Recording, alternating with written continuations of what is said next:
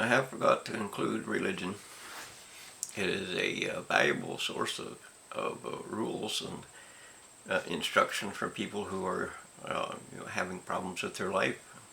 You follow the rules of religion, and you eventually gain a foothold back to the sanity of where you want to go and what you want to be. It's a choice to let your life be instructed by rules rather than freedoms, and it has a value because people get lost. But that doesn't mean that it should rule your life.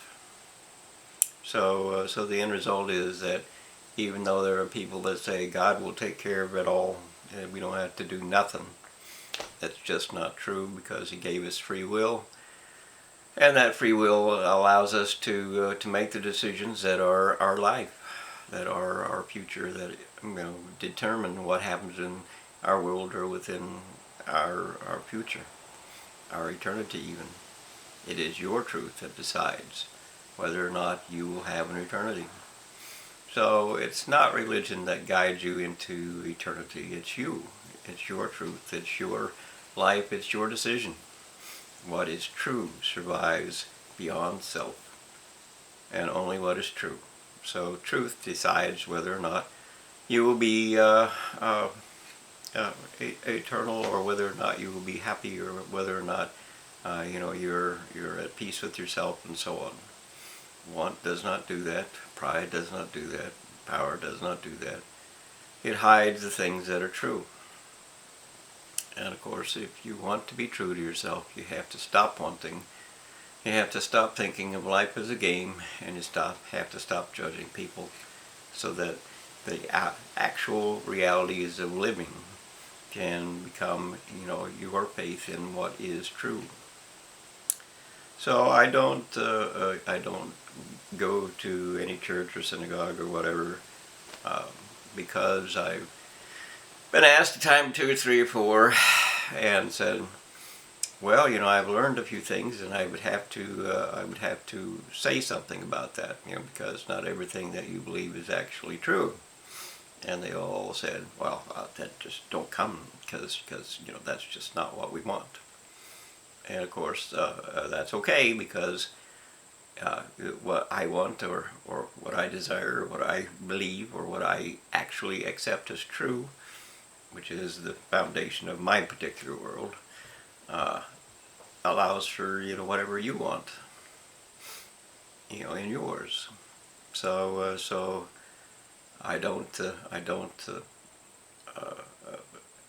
acknowledge a particular religion other than Christianity, because it has its basis and foundation is love and respect and all things that are true, while the rest of them have different sources for different things to make rules by.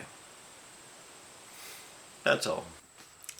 Religion is the best that men and women have been able to do throughout the centuries, throughout millennium, from the beginning of history, to understand what it is that they're here for, what it is that they could expect in eternity, what it is that they can live for, die for. And the end result of that is religion. And the primary purpose of religion is to create rules, so that you have some kind of idea, some kind of step-by-step functional purpose in life, so that you can identify what it is that you want to be, without the influences of just plain survival or the rest. But nonetheless, the actual truth of it is that we are here to create for ourselves our own identity of truth. Truth is the only thing that survives beyond death.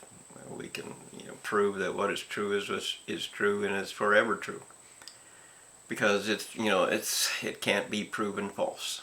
So your function in this planet is to find a way to be true to yourself, to be true to your life, to be true to your world and your survival and so on. It's not a game. Revenge is a game. Don't have that.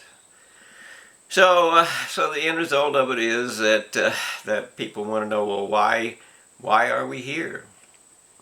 And the answer to that is that even if you are God, and we talk about it in purely conceptual ideas formed by human knowledge, and that is that loneliness exists, or more correctly, life is better when other life exists for you to share your living with, to share your hopes or dreams or whatever it is. So we can identify, at least to some degree, that loneliness is the reason we're here.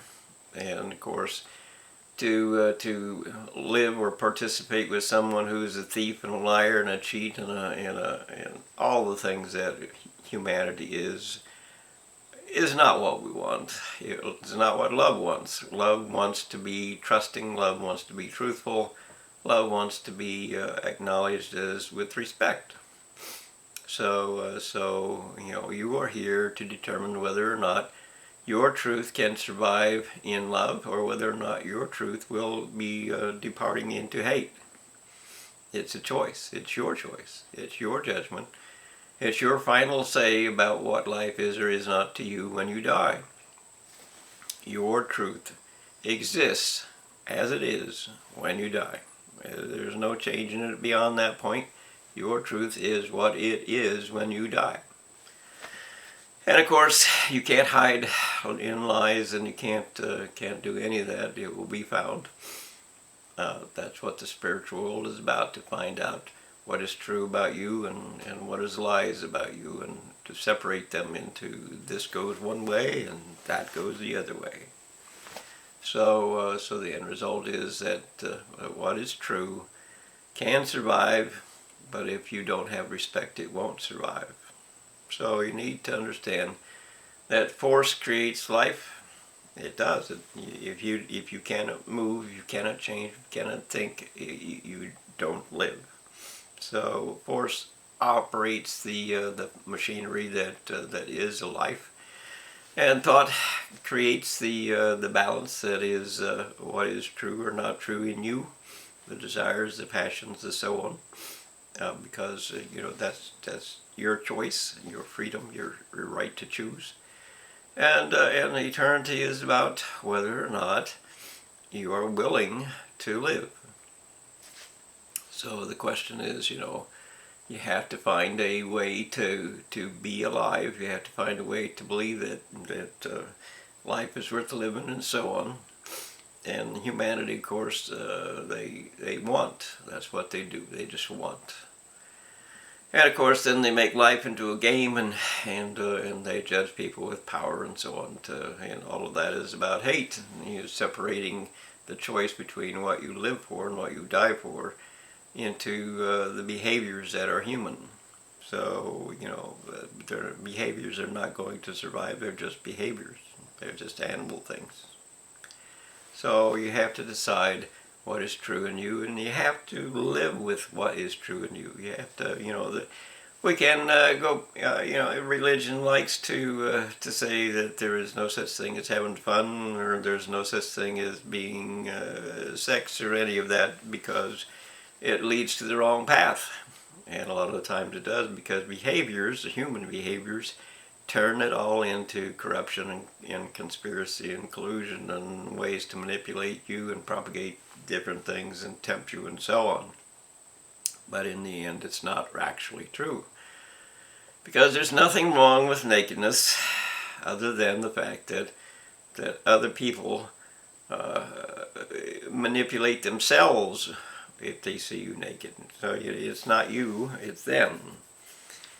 And there's nothing wrong with sex, but sex can be used to entrap you and cheat you and all kinds of things. So it's not actually sex that's the problem. It's you that's the problem. It's not actually, money is just an object. It's just a promise. It has no value to it whatsoever, other than what we give it.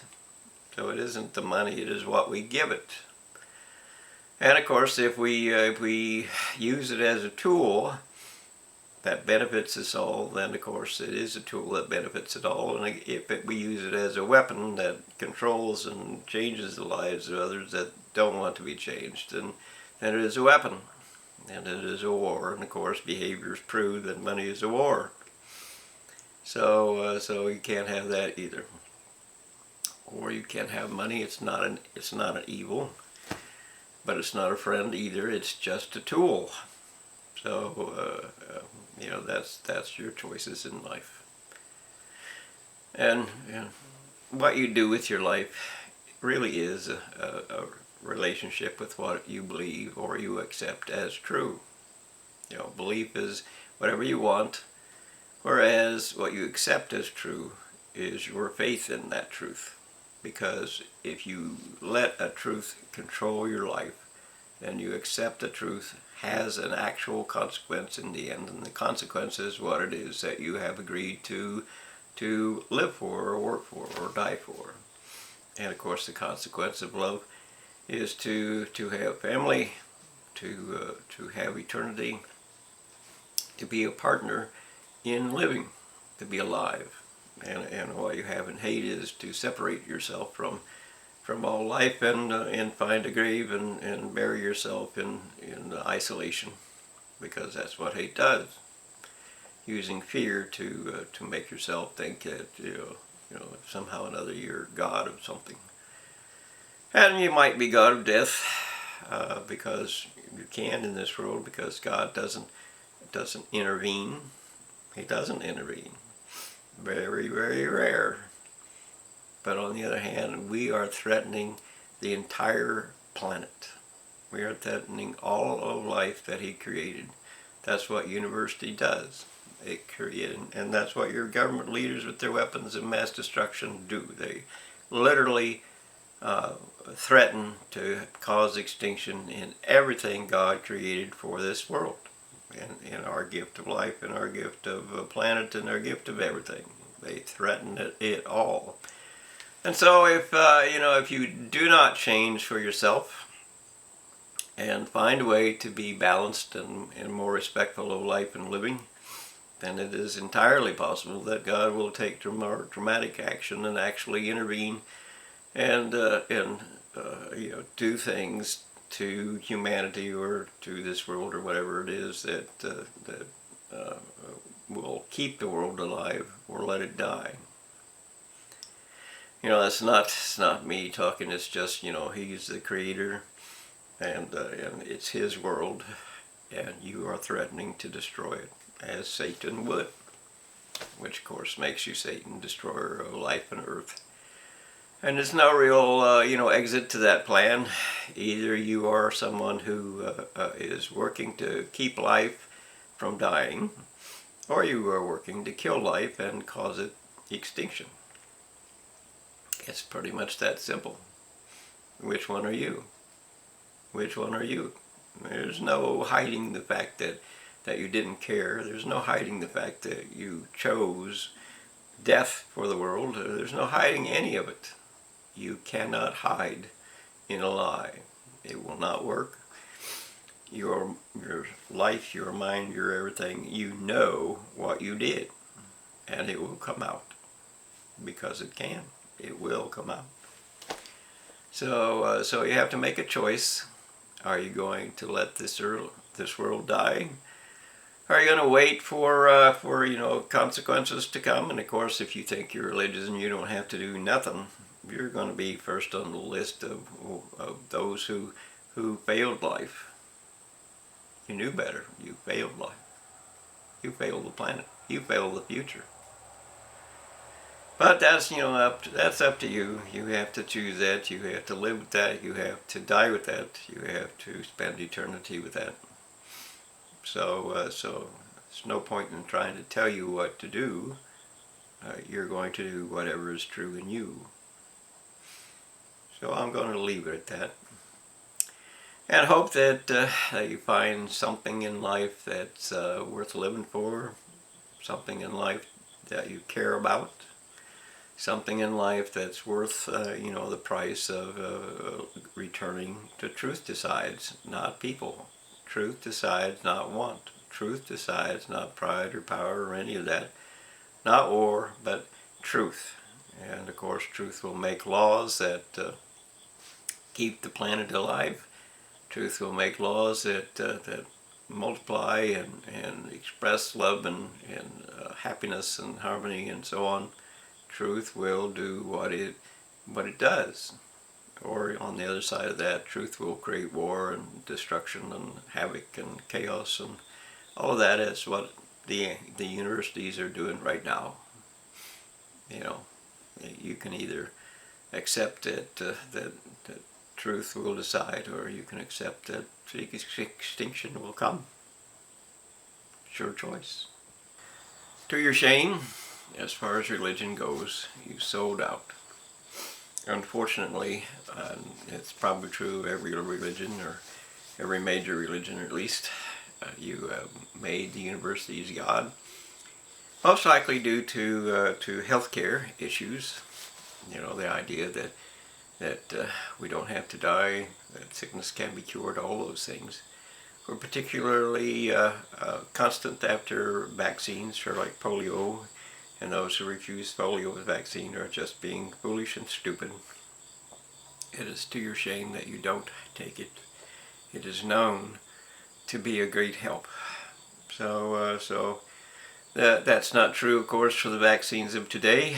They're genetically mutilating you, genetically changing your actual DNA, and they're not telling you about it. It's at least in this USA, it's thoroughly wrong, and it's just about money and power and pride and so on. But the deal is, or the founding issue is that you took evolution into your heart and into your mind and into your teachings that evolution is somehow, you know, what God did. God did not do evolution. There is no such thing as building anything out of chaos. That's what evolution is. Chaos and accident over billions of years did it. Well, it didn't. Billions of years is wrong. The sun burns fuel, and billions of years ago that would mean the sun had to be twice the size or 3 times the size or whatever. In other words, it couldn't possibly have had life on this planet. It was too close. And of course, Noah's flood is an issue to some. The reality is that fossil fuels prove that Noah's flood did in fact occur. It simply did. So there's no backing out of that, and it wasn't a boat. There was no sawmills. You know, there's no trucking. There's no fasteners. You know, they had a island. It was an island tied together by men, but it was still an island created by trees, which of course stood up above the water.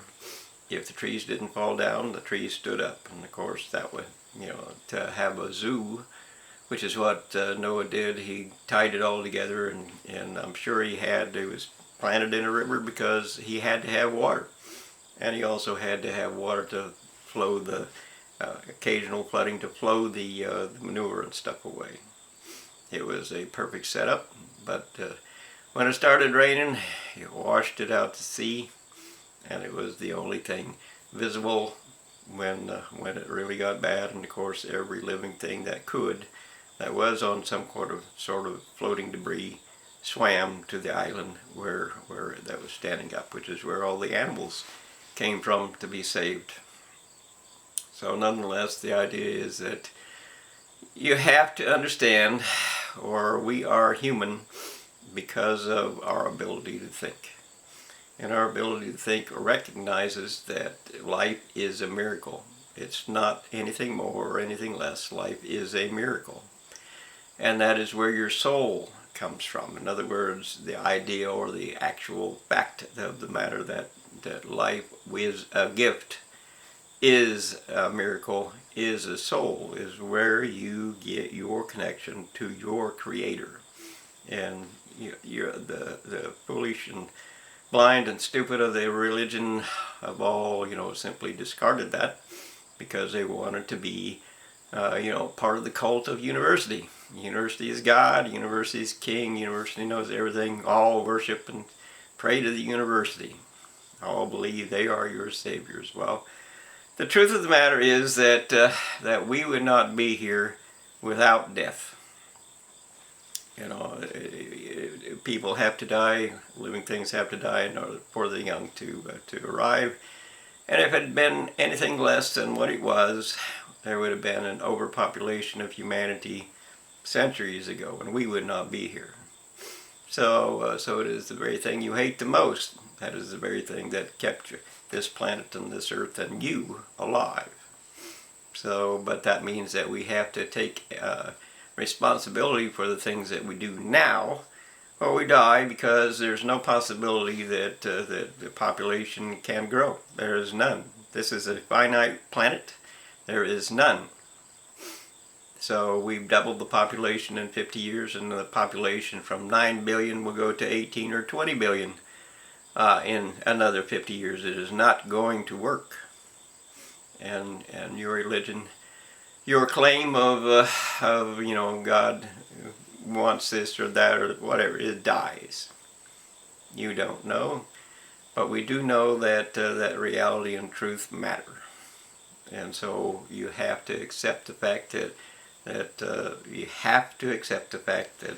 that reality matters, that truth matters, that only truth aside matters. And of course, the truth is that evolution doesn't exist. It's a figment of your imagination. It's a figment of theirs. It's a delusion of stupidity that cannot be justified. There is no evidence of any kind for evolution whatsoever. Adaptation is merely a sign of intelligent life. Everything is designed. There's not a thing about your body that isn't designed by thought. Nothing. Absolutely nothing. So, wake up, rearrange your life, start teaching correctly, do something better than what you do, which is to hide from all truth and reality so that you don't upset the university to your shame. I guess we'll just leave it there. Do better. In terms of religion, there are people who want guarantees about what eternity can or cannot be, and they want guarantees about anything and everything that they want. And of course, there are no guarantees. What we do see in religion, and I prefer Christianity to all others, is that the difference between love and hate is clear. So, and his guarantee was that if you have love within you, if you have truth within you and respect within you, then you have an opportunity to go beyond this life and be beyond self and become part of eternity. You can believe that or you cannot believe that, but I just prefer to believe what is true. And what is true is simply that everything about this world is a miracle, other than what humanity does to it, corrupt it. Everything else is a miracle. Every part of life, every blade of grass, every hair on your head, whether you like it or not, is a miracle. Your fingers are miracles. Your ability to use them, your ability to speak or hear or see or smell or any of it, all of it, is a miracle that we have no possibility to recreate. But we do have the ability by university to kill it all, to destroy it all, and that's exactly what they're doing, trying to play God, trying to prove they are God rather than accepting the reality that everything about this world says it's created. Everything. There is no evidence of any kind for any other way. There's thought, and thought creates life by designing it. It designs it. And then, of course, there's force that actually does the creating. So as far as a guarantee goes, I think that's as good as it's going to get. And no, some religion offers you, well, you're going to take your body with you. Well, you're not. Your body is part of time. It's not. Any part of it is, there's no eternity to your body at all. If you had it for an eternity, what would it be? My gosh, that would be awful. And there are those who say that Jesus was raised from the dead and his body went to eternity, and well, you can believe that or not if you want. What exactly happened, we don't know. but it's absolutely certain, that a body is not eternal. It's part of time, stays with time, it's going to be abandoned from time. That's the only way you're going to get to be eternal. Your body can't do it. So the idea of a rapture and all of those things, it's not going to happen. It's not going to happen. Truth says it's not going to happen. But what we do have is truth. That's what we have. That's the guarantee of life or death, is truth. Truth decides whether or not you're alive. Truth decides whether or not you're dead. Truth decides whether or not you survive. Truth survives beyond your death. It is what is true. So we have truth. And of course, in death, what matters is what will be true after you die. So what is true of you is what will be true of your death. So that's what you have, that's what you know, that's what you can be. But what can occur with truth beyond human life is simply that life and body are different things. So life is a section of freedom and participation and love and respect and choices and things that you actually do understand is you. And whereas body is a thing of time, it actually, lets us live in the house that is our body, and it gives us, movement and messages and things that we can interpret as our reality.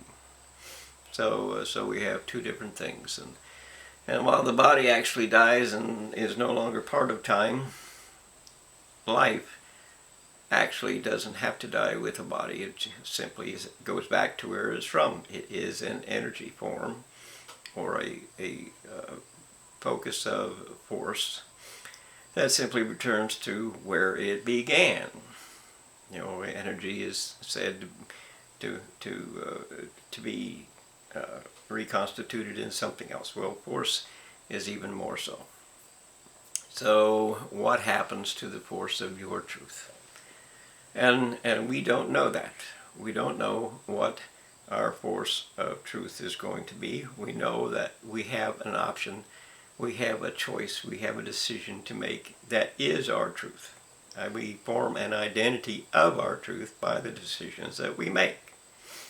So you have to remember that what is true of you is true of you. There's no lying about it. There's lots of people who lie. They think of themselves in a completely different light than what they are. That's just not a healthy thing to do. And don't let people judge you. And whether you have lots or little doesn't matter. It doesn't. The nicest house in the world is really no different than the smallest or least a nice house in the world to some extent, so long as it does what it needs to do for you. But and that's true of bodies too. And for that matter, it's true of minds too. What is important is your truth. And of course, the next part of that truth is your desire. What do you actually desire? Is it love or is it hate? Because there's really only three different things that actually form our decisions in this world. Love, which is a respect for each other and a participation with each other, and it goes beyond self to be more than we are as people gather together in love to be nice and kind and what have you. Or there is hate, which is, the opposite of that, which is, the grave and the cemetery that they dig for themselves. They terrorize themselves with hate, but it can sneak up on you if you're not careful, and it will sneak up on you because pride is what forms that hate, and pride makes a game out of life. If you have made life into a game, you have all the makings of hate. Because you're judging people and you're saying I'm a winner or I'm a loser, and so on and so on. So don't do that. And what you want will drive you crazy if you. It is the abyss, because there's never an end to want. So stop wanting, and your mind will clean out the things that cause you distress and harm today will be gone tomorrow if you get rid of want, because without want you get rid of pride, and without pride you get rid of power. So then you just have life itself. And life itself is very important. It is who you are. It is your truth. It doesn't matter what your body looks like necessarily. It matters as far as gaining access to the lives of other people and things like that. I mean, there are benefits to a body that is so-called perfect, and there are not so good benefits to the body that is mangled. But that's a whole different issue. That's part of living this reality. Is part of being in time, and it's not a part of actual life, or it varies the decisions you get to make, but it doesn't change the desire that's within you, or the purpose of that desire. And of course, every desire has a purpose, and every purpose has a passion. And if you fail to find a passion, if you fail to find a desire, you're going to be left behind, because you end up being lazy, and you end up not using this world, this time, to make a decision that becomes your own identity.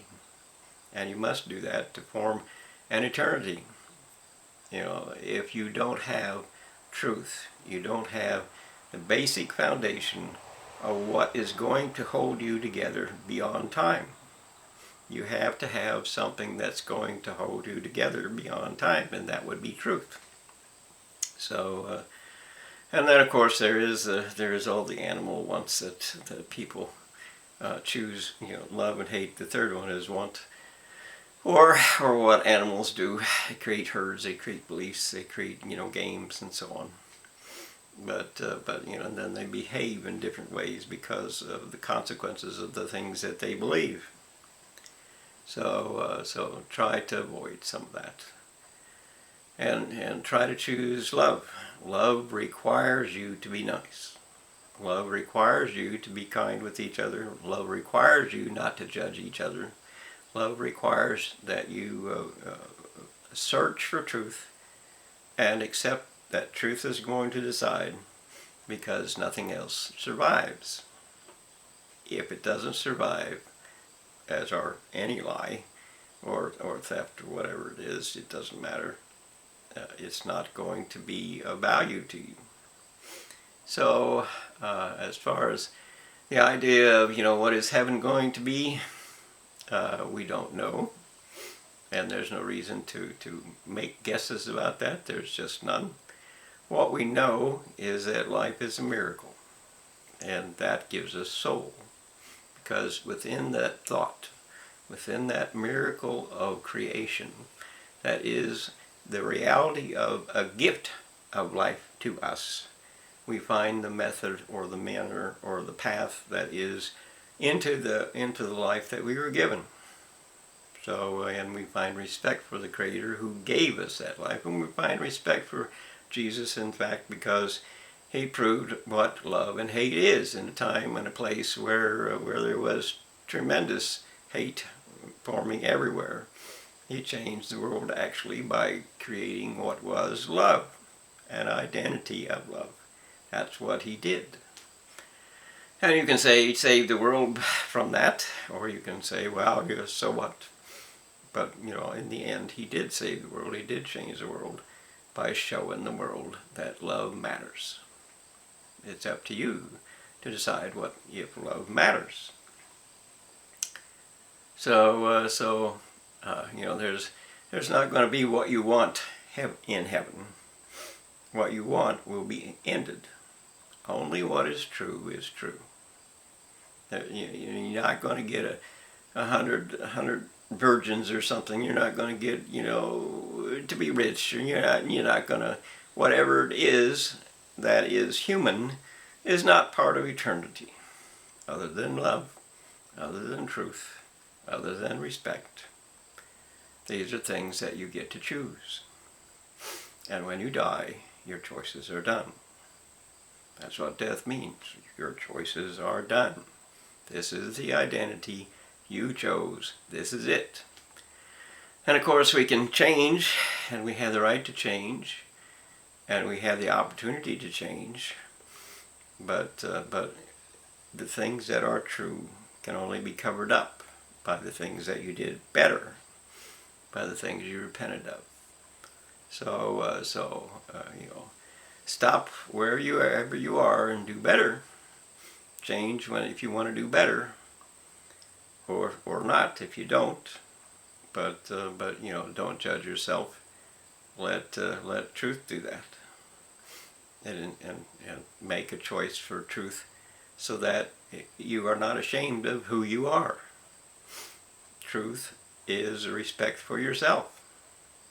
Truth is a respect for your Creator. Truth is a respect for your life. So with that, we'll just hope that you have some idea of an eternity that is a part of the course of this universe, that is a part of the thought of this universe, and we participate within that thought as if we were just one person. I truly believe. I could be wrong, but at any rate, only what is true survives. That's the facts. Only what is true survives beyond death. Simple as that. You don't have to think about anything else. Only what is true of you will survive beyond your death. That's it.